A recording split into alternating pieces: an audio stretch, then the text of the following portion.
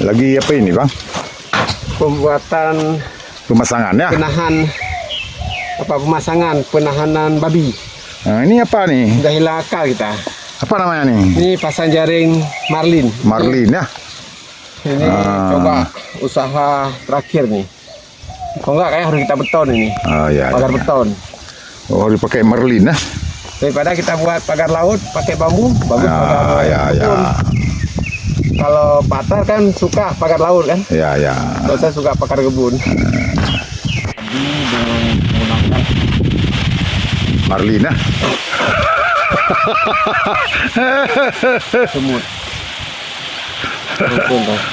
Semut. Semut kecil. Kita nu semut.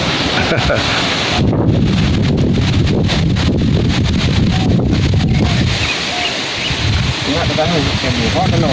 Hai apa tenang bang?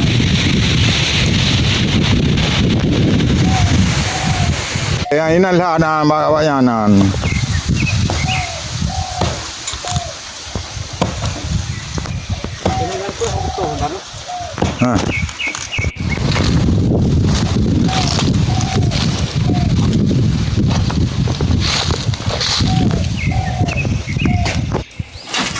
Pakai dukung ni. Handuk kan.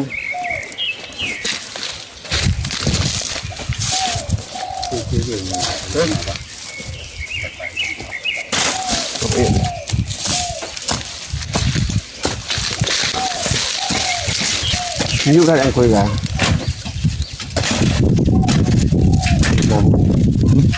Ini buang pem agak. Bawa serikaya nah. Itu supaya bukan ini bukan pagar laut kan. Ya. Supaya udah gom. Yang buat draw ada. Bagus.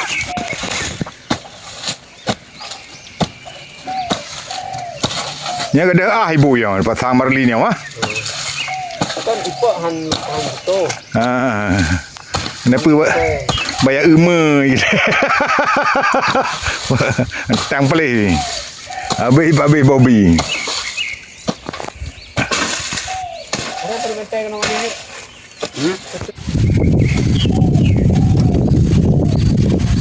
Lain nakal. Waktu nan je. Nan.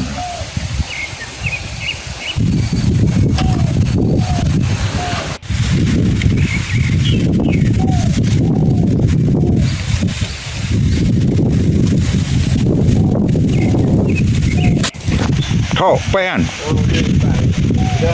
Hai beda ni beda.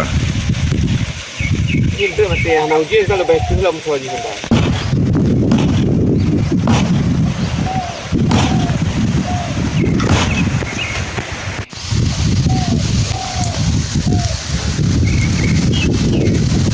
Ni lakinya udah usaha.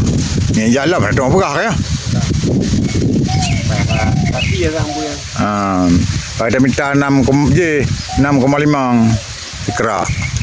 Dan menjaga tu malam.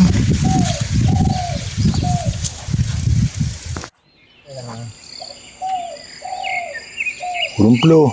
280 mendek. Apa mentah di orang ni gini ya. Oh, jing kemari. Ini kita sudah memasang pagar marlin. Ini untuk mencegah babi agar tidak masuk ke dalam kawasan tanaman.